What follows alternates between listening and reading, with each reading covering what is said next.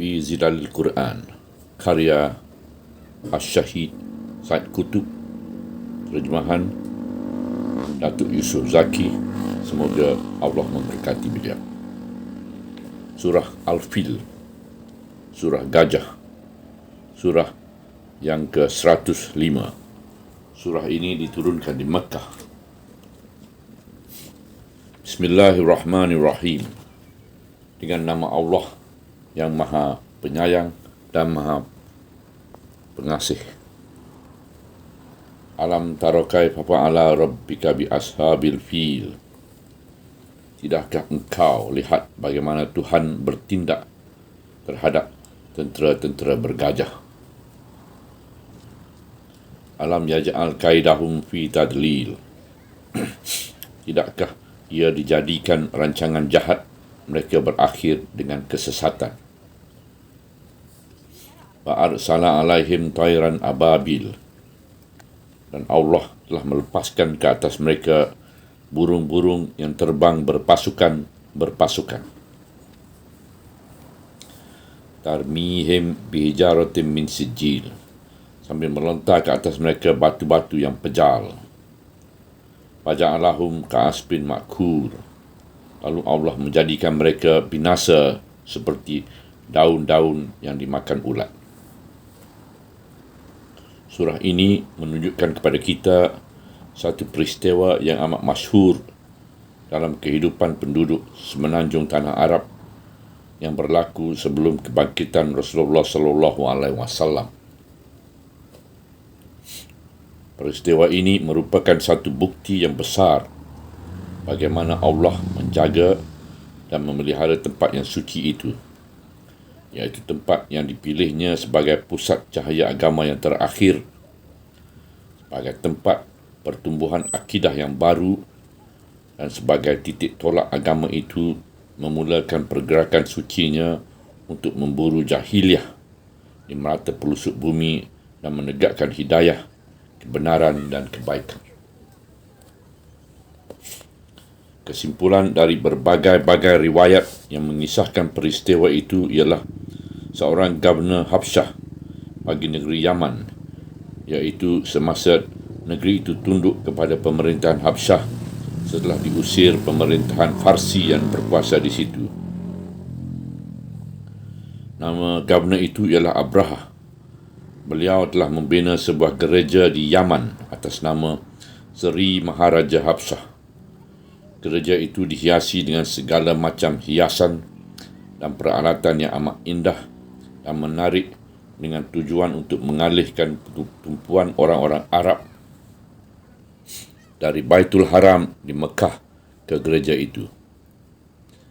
Beliau melihat bagaimana penduduk negeri Yaman sendiri yang diperintah oleh beliau turut tertarik kepada Baitul Haram, sama seperti kaum-kaum Arab yang lain di kawasan tengah dan utara semenanjung Arab itu. Beliau telah menulis surat kepada Seri Maharaja Habsyah menerangkan niat dan tujuannya itu. Kaum-kaum Arab tidak berganjak dari rumah suci mereka. Mereka beranggapan bahawa mereka adalah dari zuriat Ibrahim dan Ismail yang membina rumah suci itu. Inilah alasan kebanggaan mereka mengikut cara mereka yang suka berbangga-bangga dengan keturunan. Pada hemat mereka, kepercayaan keagamaan yang ada pada mereka, walaupun dalam keadaan keruntuhan, adalah lebih baik dari kepercayaan keagamaan kaum ahli kitab yang ada di sekeliling mereka.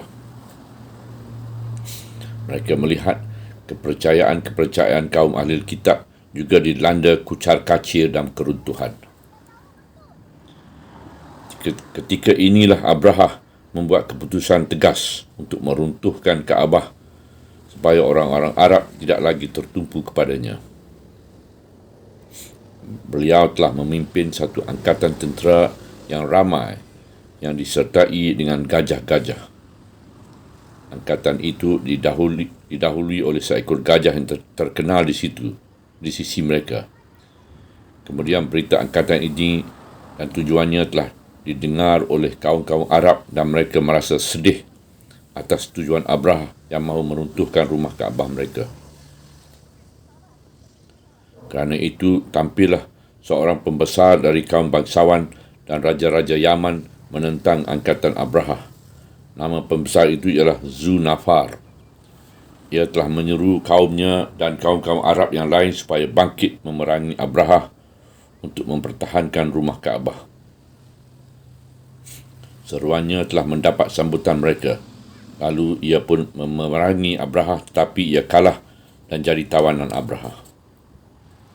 Nufal ibnu Habib al-Katmi juga tampil memimpin 2 kabilah Arab bersama dengan kaum Arab yang ramai untuk menentang angkatan Abrahah itu. Tetapi Abrahah telah berjaya mengalahkan mereka dan menawankan Nufal. Pada akhirnya Nufal bersetuju untuk menjadi pemandu jalan Abrahah dalam perjalanannya ke negeri Arab itu. Apabila angkatan Abrahah lalu di Taif, beberapa orang dari suku Taif datang menemui Abrahah dan berkata kepadanya bahawa rumah suci yang dimaksudkan itu bukan terletak di tempat mereka, tetapi di negeri Mekah. Tujuan mereka berkata begitu ialah supaya Abrahah tidak mengganggu rumah suci mereka yang dibina untuk berhala Al-Lat. Mereka juga telah menghantar seorang pemandu bersama Abrahah untuk menunjukkan rumah Kaabah. Setelah tiba di Muhamis yang terletak di antara Taif dan Mekah, Abrahah menghantar salah seorang panglimanya hingga ke Mekah. Panglima itu telah merampas dan membawa balik kepada beliau binatang-binatang ternakan kaum Quraisy dan lain-lain yang ada di Tihamah, termasuk 200 ekor unta kepunyaan Abu Muttalib ibnu Hashim. Beliau pada masa itu ialah pembesar dan ketua kaum Quraisy. Oleh kerana itu, suku-suku Quraisy, Kinanah dan Huzal dan penduduk-penduduk di Tanah Haram telah berazam untuk melawan angkatan Abrahah. Tetapi kemudian mereka membatalkan cadangan itu setelah sedar bahawa mereka tidak berupaya untuk melawan angkatan Abrahah. Kemudian Abrahah menghantar utusannya ke Mekah untuk menemui ketua negeri itu dan menyampaikan perutusan bahawa kedatangan angkatan Gabna Abrahah bukan untuk memerangi penduduk negeri Mekah, tetapi hanya untuk merobohkan rumah Kaabah itu sahaja.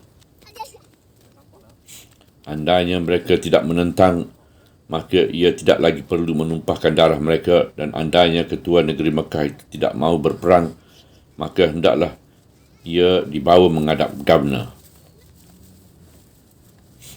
Apabila utusan Abrahah menerangkan tujuan kedatangannya kepada Abu Muttalib, ia pun berkata, "Demi Allah, kami tidak mahu memeranginya. Kami tidak punya kekuatan untuk berperang. Kaabah ini ialah rumah Allah dan rumah kekasihnya Ibrahim alaihissalam. Oleh itu, jika Allah mempertahankan rumah ini, maka itu memang rumahnya dan tanah haramnya.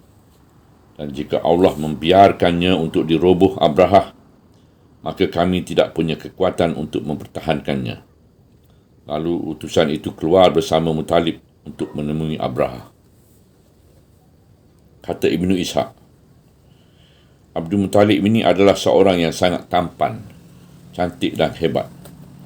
Oleh itu, sebaik sahaja Abrahah melihatnya, ia terus menyambutnya dengan penuh hormat. Tetapi oleh kerana beliau tidak suka dilihat oleh orang-orang Habsyah, ia duduk bersama Abdul Muttalib di atas singgasananya, maka beliau turun dari singgasananya, lalu duduk di atas hamparan dan mempersilakan Abu Muttalib duduk di sampingnya. Kemudian dia berkata kepada jurubahasanya, "Awak tanya dia apakah maksud kedatangannya?" Jawab Abdul Muttalib, "Maksud kedatangan saya ialah untuk meminta Tuan Governor memulangkan kembali 200 ekor unta yang telah dirampaskan olehnya." Apabila jurubahasa itu menyampaikan jawapan Abu Muttalib kepada beliau, beliau pun berkata kepada jurubahasanya, "Katakanlah kepadanya, beta mulanya amat memandang tinggi kepada awak apabila beta melihat awak Kemudian sekarang beta memandang rendah kepada awak apabila awak menyatakan maksud kedatangan awak untuk menghadap beta. Adakah wajar awak datang menghadap beta kerana hendak berunding dengan beta untuk meminta balik 200 ekor unta kepunyaan awak yang dirampas oleh beta itu? Dan awak langsung tidak mau berunding dengan beta tentang nasib rumah Kaabah yang menjadi pegangan agama awak dan agama nenek moyang awak. Sedangkan maksud kedatangan beta ialah untuk merobohkannya. Jawab Abdul Muttalib, saya ini hanya seorang tuan punya unta-unta itu sahaja. Sedangkan rumah Kaabah ini ada tuan punyanya yang akan mempertahankannya. Sambut Abrahah, ia tidak akan dapat menahani beta. Jawab Abdul Muttalib, tuan bebas berbuat apa yang tuan suka. Lalu Abrahah pun memulangkan kembali unta-untanya.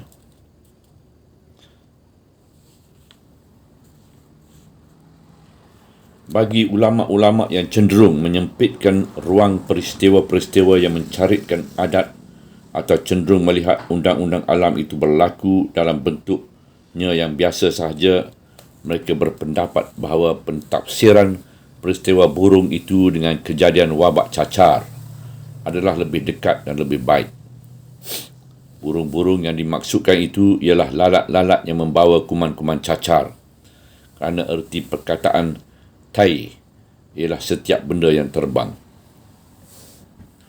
Ujar Al-Ustaz Al-Imam Asy-Syaikh Muhammad Abduh dalam tafsirnya bagi surah ini dalam juz Amma.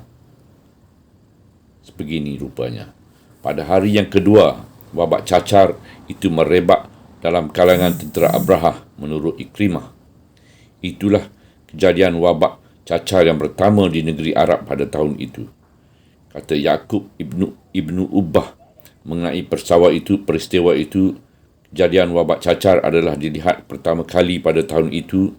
Wabak itu telah memamah tubuh mereka dengan dahsyat dan jarang berlaku seperti itu. Daging-daging mereka merelai dan gugur menyebabkan Abrahah dan tenteranya takut dan terpaksa lari. Abrahah sendiri telah ditimpa wabak itu dan daging tubuhnya terus gugur secebis demi secebis dan jari jemarinya jatuh sebatang demi sebatang sehingga dadanya berlubang dan akhirnya mati di sana. Inilah cerita yang mencapai kata sepakat dari berbagai-bagai riwayat itu dan sah kita berpegang dengannya. Menurut keterangan surah yang mulia ini, wabak cacar itu telah berlaku dengan sebab anak-anak batu yang digugurkan ke atas tentera-tentera Abrahah oleh pasukan-pasukan burung yang dihantar oleh Allah bersama angin. Oleh itu, harus bagi anda mempercayai bahawa burung yang dimaksudkan itu adalah dari jenis nyamuk atau lalat yang membawa kuman setengah-setengah penyakit, dan anak-anak batu yang dimaksudkan itu adalah dari jenis-jenis tanah-tanah kering beracun yang dibawa angin dan melekat pada kaki binatang-binatang itu. Apabila tanah itu mengenai badan, ia akan masuk ke dalam lubang-lubang kulit dan menimbulkan kudis-kudis dan akhirnya badan menjadi buruk dan daging-dagingnya gugur. Banyak binatang-binatang terbang yang lemah itu merupakan bala tentera Allah yang paling kuat dalam membinasakan manusia yang mahu dibina Allah. Dan binatang yang seni ini yang sekarang dipanggil kuman adalah termasuk dari kumpulan binatang itu. Kuman-kuman itu juga berkelompok-kelompok dan berpasukan-berpasukan yang begitu banyak. Hanya Allah sahaja yang maha mengetahui jumlah bilangannya. Kekuatan kudrat Allah untuk membinasakan orang-orang yang zalim tidak semestinya bergantung kepada burung-burung yang sebesar kepala bukit atau burung-burung yang sebesar Garuda atau burung-burung yang mempunyai warna-warna tertentu atau bergantung kepada jenis ukuran batu yang tertentu. Segala-galanya boleh menjadi tentera Allah. Setiap kejadian menampilkan buktinya. Tuhan Khalik yang Maha Esa. Tiada kekuatan alam buana ini melainkan semuanya tunduk kepada kekuatan Allah. Pemerintah Abrahah yang zalim yang mahu meruntuhkan rumah Kaabah itu telah dibinasakan Allah bersama tenteranya dengan angkatan burung yang membawa wabak cacar sebelum mereka sempat memasuki negeri Mekah. Ini adalah satu nikmat yang dilimpahkan oleh Allah ke atas penduduk tanah haram. Walaupun mereka menyembah berhala untuk memelihara rumah Kaabah, sehingga ia bangkitkan Rasulnya SAW yang akan memeliharakan rumah itu dengan kekuatan agamanya. Ia merupakan satu gambaran kemurkaan Allah terhadap tentera-tentera bergajah yang mahu menyerang Kaabah tanpa suatu kesalahan. Inilah riwayat yang boleh diperpegangi dalam mentafsirkan surah ini. Lain-lain riwayat tidak dapat diterima melainkan dengan takwilan jika riwayat itu sahih. Kebesaran kekuasaan Allah semakin bertambah besar bagi orang-orang yang memandangkan besar kepada gajah, iaitu binatang berkaki empat yang mempunyai tubuh-tubuh badan yang paling besar. Ini dapat dibinasakan dengan kuman yang kecil yang tidak dapat dilihat dengan mata kasar. Itulah ini lebih besar, lebih aneh dan lebih mengagumkan di sini untuk orang-orang yang berakal. Bagi kami, gambaran wabak cacar yang terjadi dari tanah berkuman yang dikemukakan oleh Al-Ustaz Al-Imam Muhammad Abduh atau keterangan-keterangan riwayat-riwayat yang mengatakan bahawa batu-batu yang dilontarkan itu sendiri dapat menembuskan badan-badan dan menjadikannya seperti daun-daun kayu yang kering, tidaklah lebih menunjukkan kudrat Allah dan tidak pula lebih baik untuk mentafsirkan peristiwa ini. Pada pandangan kami, kedua-dua pentafsiran itu adalah sama sahaja dari segi kemungkinan berlaku dan dari segi menunjukkan kudrat Allah. Kerana bagi kami, sama sahaja sama ada Allah binasakan angkatan Abrahah dengan undang-undangnya yang biasa yang diketahui manusia atau dengan undang-undangnya yang luar biasa yang tidak diketahui mereka. Undang-undang Allah tidak hanya terbatas pada undang-undang biasa yang diketahui manusia. Dan undang-undang Allah yang diketahui manusia hanya sebahagian yang kecil sahaja. Allah dedahkan rahsia undang-undangnya sekadar yang mampu dicapai oleh daya usaha akal fikiran dan ujian-ujian mereka dalam masa yang lama. Undang-undang yang luar biasa atau mencarikan adat juga merupakan undang-undang Allah. Tetapi ia disifatkan luar biasa kerana dibandingkan dengan undang-undang yang biasa yang diketahui oleh mereka. Kerana itu, apabila kami berdepan dengan peristiwa luar biasa, kami tidak merasa ragu-ragu lagi terhadapnya atau cuba mentakwilkan peristiwa itu asalkan sahaja riwayatnya sah dan betul. Serentak itu juga kami tidak melihat peristiwa yang berlaku dengan undang-undang biasa itu sebagai kurang berkesan atau kurang bermakna dari peristiwa yang berlaku dengan undang-undang yang luar biasa. Kerana undang-undang biasa itu pada hakikatnya luar biasa jika diukurkan dengan kudrat kuasa manusia. Proses naik dan terbenamnya matahari merupakan satu kejadian luar biasa. Tetapi manusia telah biasa dengan setiap hari. Begitu juga kejadian kelahiran anak merupakan satu kejadian yang luar biasa. Tapi ia berlaku setiap saat. Jika tidak, siapa suka cubalah uji sendiri. Tindakan Allah menghantarkan burung-burung walaupun apa sahaja jenisnya membawa batu-batu yang mengandungi kuman-kuman cacar dan mengakibatkan berlakunya wabak cacar dalam kalangan tentera Abrahah yang sedang mara untuk meruntuhkan Kaabah merupakan satu peristiwa luar biasa yang benar-benar menunjukkan kekuasaan Allah. Ia tidak kurang hebatnya jika Allah menghantar burung-burung khusus membawa batu-batu khusus yang membinasakan badan-badan bala tentera itu.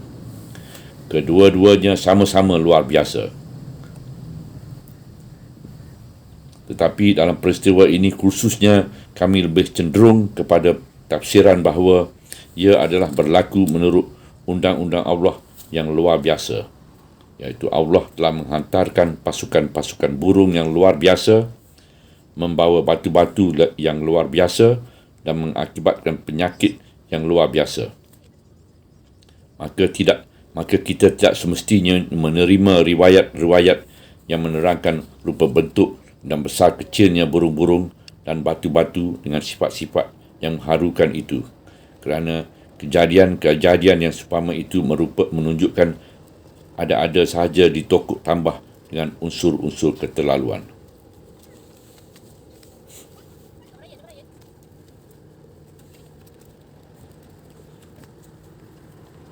Kembali kepada surah Al-Fil dan maksud ceritanya.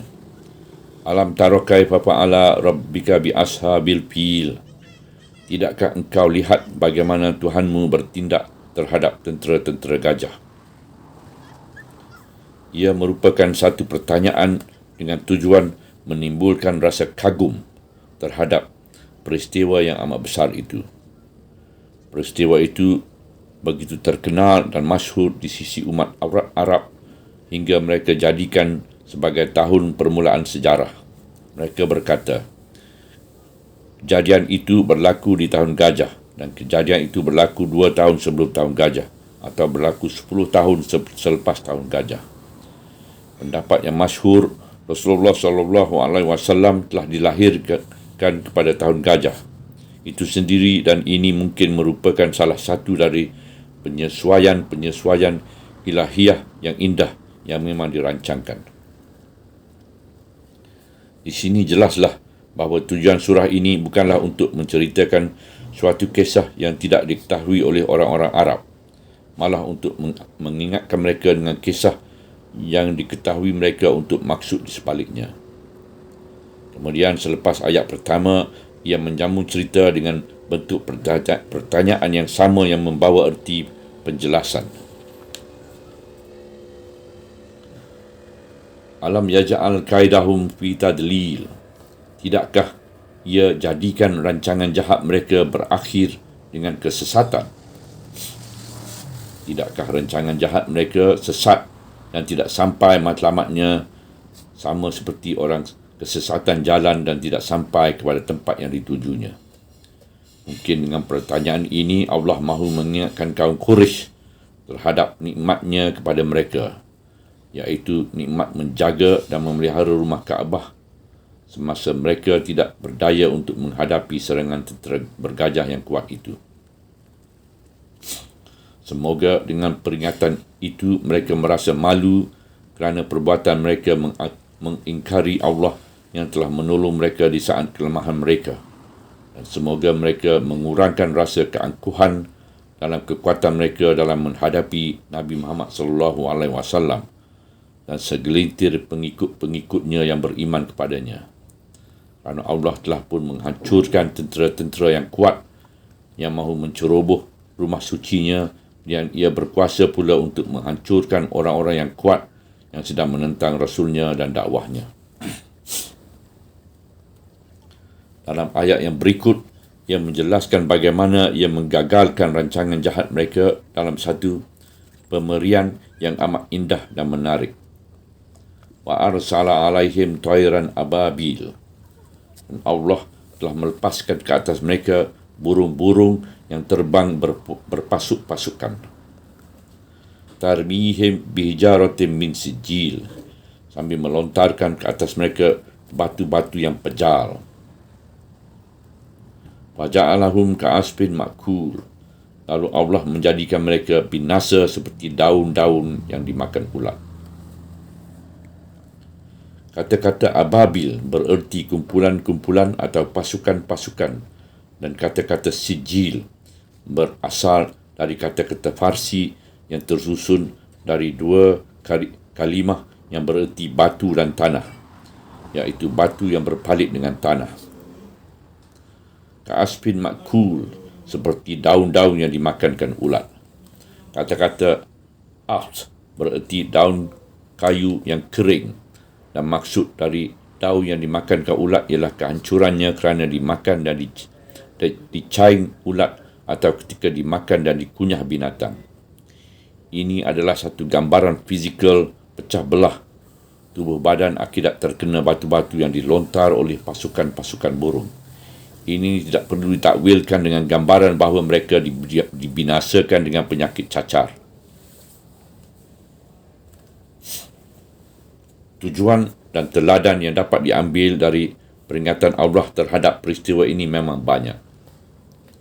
Pertama, ia menyarankan kepada bahawa Allah Subhanahu Wa Taala tidak mahu menyerahkan urusan pemeliharaan rumah sucinya kepada kaum musyrikin Arab.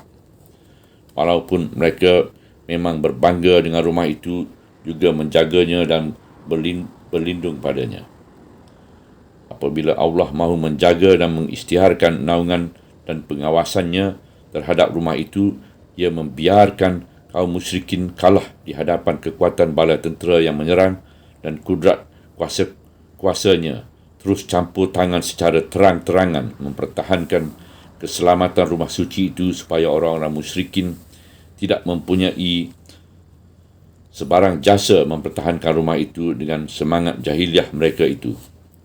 Latar belakang ini amat kuat menyokong bahawa urusan untuk membinasa tentera-tentera penceroboh diatur mengikut undang-undang yang luar biasa. Bukanlah mengikut undang-undang biasa seperti cara inilah yang lebih munasabah. Sepatutnya campur tangan kudrat Allah yang terus terang ini dibalas segera oleh kaum Quraisy dan kaum-kaum Arab yang lain dengan menganut agama Allah yang telah dibawa oleh Rasulullah SAW, dan tidak sepatutnya kebanggaan dan penjagaan mereka terhadap rumah suci dan berhala-berhala mereka yang mereka dirikan di sekelilingnya itu menjadi halangan kepada mereka untuk memeluk Islam. Peringatan Allah dengan peristiwa ini dengan cara begini merupakan sebahagian dari kecaman terhadap mereka dan merupakan satu pernyataan hairan dan aneh terhadap sikap mereka yang berdegil itu. Peristiwa ini juga menyarankan bahawa Allah tidak memberi kesempatan kepada ahli kitab, iaitu Abrahah dan bala tenteranya, untuk merobohkan Baitul Haram dan menguasai tanah suci itu walaupun dicemari oleh kepercayaan syirik, dan walaupun orang-orang musyrikin sendiri menjadi penjaganya supaya rumah suci itu kekal bebas dari segala kekuasaan pemerintah-pemerintah dan kekal selamat dari rancangan-rancangan jahat.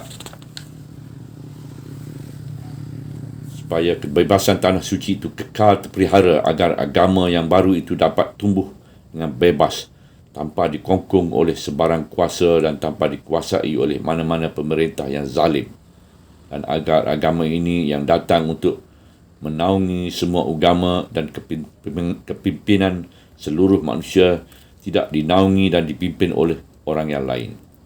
Inilah perancangan Allah terhadap rumah sucinya dan terhadap agamanya sebelum ada seseorang manusia pun yang tahu bahawa Nabi yang akan membawa agama yang baru ini telah dilahirkan pada tahun itu.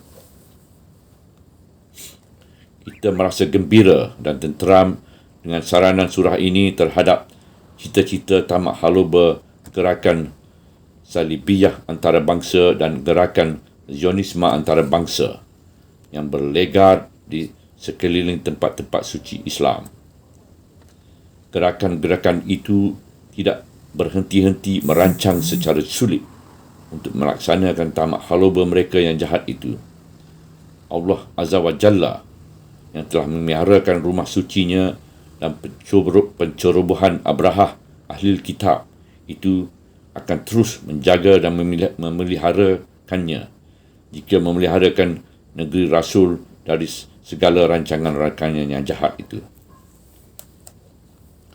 Saranan yang ketiga dari surah ini ialah bangsa Arab tidak pernah memainkan peranan penting di dunia. Malah tidak mempunyai identiti sebelum Islam. Di Yaman, mereka merengkuk di bawah penjajahan Farsi atau Habsyah. Kerajaan Arab yang berdiri di sana kadang-kadang berada di bawah naungan kerajaan Arab yang berada di sana kadang-kadang berada di bawah naungan Farsi. Di utara, negeri Syam yang berada di bawah penjajahan Rom, baik secara langsung maupun secara penubuhan sebuah kerajaan Arab di bawah naungan kerajaan Rom. Tiada wilayah yang terselamat dari penjajahan asing melainkan wilayah tengah semenanjung Arab. Tetapi wilayah itu berada dalam keadaan hidup padang pasir dan berpecah belah dan tidak dapat membentuk satu kekuatan yang hakiki dalam percaturan kuasa dunia. Peperangan antara kabilah berlaku selama 40 tahun. Tetapi kabilah-kabilah itu baik secara berasing maupun secara berkumpul tidak pernah mempunyai kekuatan yang disegani oleh negeri-negeri jiran yang kuat. Apa yang telah berlaku dalam tahun gajah itu merupakan ukuran kekuatan kabilah-kabilah itu apabila terdedah kepada serangan asing. Hanya di bawah panji-panji Islam sahaja bangsa Arab bagi pertama kalinya dalam sejarah memainkan peranan antarabangsa dan mempunyai kekuatan kerajaan yang dikeruni, iaitu kekuatan yang menyapu kerajaan-kerajaan, menghancurkan singgah-sana dan memimpin umat manusia setelah dihapuskan pemimpin-pemimpin jahiliah yang sesat. Tetapi faktor yang menyediakan kebangkitan bangsa Arab bagi kali pertama di dalam sejarah mereka ialah kerana mereka lupakan diri mereka sebagai bangsa Arab. Mereka lupakan semangat kebangsaan dan perkauman mereka. Yang mereka ingat hanya mereka adalah orang-orang Islam sahaja dan panji-panji yang dikibarkan mereka hanya panji-panji Islam sahaja. Mereka membawa satu akidah raksasa yang kuat kepada manusia sebagai rahmat dan kebajikan untuk mereka. Mereka tidak membawa gagasan kebangsaan dan perkauman. Mereka membawa gagasan dari langit untuk diajarkan kepada manusia. Bukannya membawa isme-isme dari bumi untuk menundukkan manusia di bawah pengaruhnya. Mereka keluar dari negeri mereka semata-mata untuk berjihad pada jalan Allah, bukan untuk membina sebuah empayar Arab yang mewah, makmur, angkuh dan takbur. Bukan untuk mengeluarkan umat Arab dari penjajahan Rom dan Parsi kepada pemerintahan bangsa Arab sendiri. Malah mereka keluar untuk mengeluarkan manusia daripada menyembah sesama manusia kepada menyembah Allah yang tunggal. Tepat seperti ucapan Rabi'in Ibn Amir, utusan orang Islam di Majlis Dazraj. Allah mengutuskan kami untuk mengeluarkan umat manusia dari menyembah sesama manusia kepada menyembah Allah yang tunggal, dari kesempitan hidup dunia kepada keluasan hidup akhirat, dan dari kezaliman agama-agama kepada keadilan Islam. Ketika inilah sahaja bangsa Arab mempunyai kewujudannya, memiliki kekuatan dan memegang teraju kepimpinan, dan semuanya itu adalah untuk Allah dan untuk jalan Allah. Mereka terus mempunyai kekuatan dan memegang teraju kepimpinan selama mereka berjalan lurus di atas jalan Islam. Tetapi apabila mereka menyimpang darinya dan mengingatkan kembali semangat kebangsaan dan perkauman mereka, dan apabila mereka tinggalkan panji-panji Islam untuk menyebarkan panji-panji kebangsaan dan perkauman, mereka dibuang oleh bumi dan dipijak oleh bangsa-bangsa yang lain. Kerana Allah telah meninggalkan mereka setelah mereka tinggal dan lupakan Allah. Apakah nilai umat Arab tanpa Islam? Apakah fikrah yang dapat disumbangkan oleh bangsa Arab pada umat manusia apabila mereka tinggalkan fikrah Islam?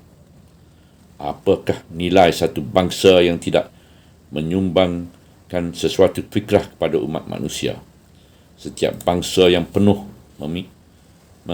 yang pernah memimpin umat manusia dalam mana-mana tempoh sejarah adalah mendukung suatu fikrah, sedangkan bangsa-bangsa yang tidak mendukung sesuatu fikrah seperti bangsa Tatar yang menyerang negeri timur dan bangsa Barbarian yang menyerang kerajaan Rom di barat tidak dapat hidup lama. Mereka telah larut dalam bangsa-bangsa yang ditaklukkan mereka. Satu-satunya fikrah yang dapat disumbangkan oleh bangsa Arab pada umat manusia ialah akidah Islamiah. Akidah inilah yang pernah mengangkatkan mereka ke mercu kepimpinan. Andai yang mereka tinggalkan akidah ini, maka tiada lagi suatu fungsi dan peranan untuk mereka di bumi ini. Inilah yang patut diingatkan baik-baik oleh umat Arab jika mereka mahu hidup, mahu memiliki kekuatan dan mahu memegang teraju kepimpinan. Dan hanya Allah sahaja yang dapat memberi hidayah dari kesesatan. Subhanallah, walhamdulillah, wa la ilaha illallah, wallahu akbar, wa la hawla wa la quwata illa billahil aliyyil azim, wa la hawla wa la quwata illa billahil aliyyil azim, wa la hawla wa la quwata illa billahil aliyyil azim.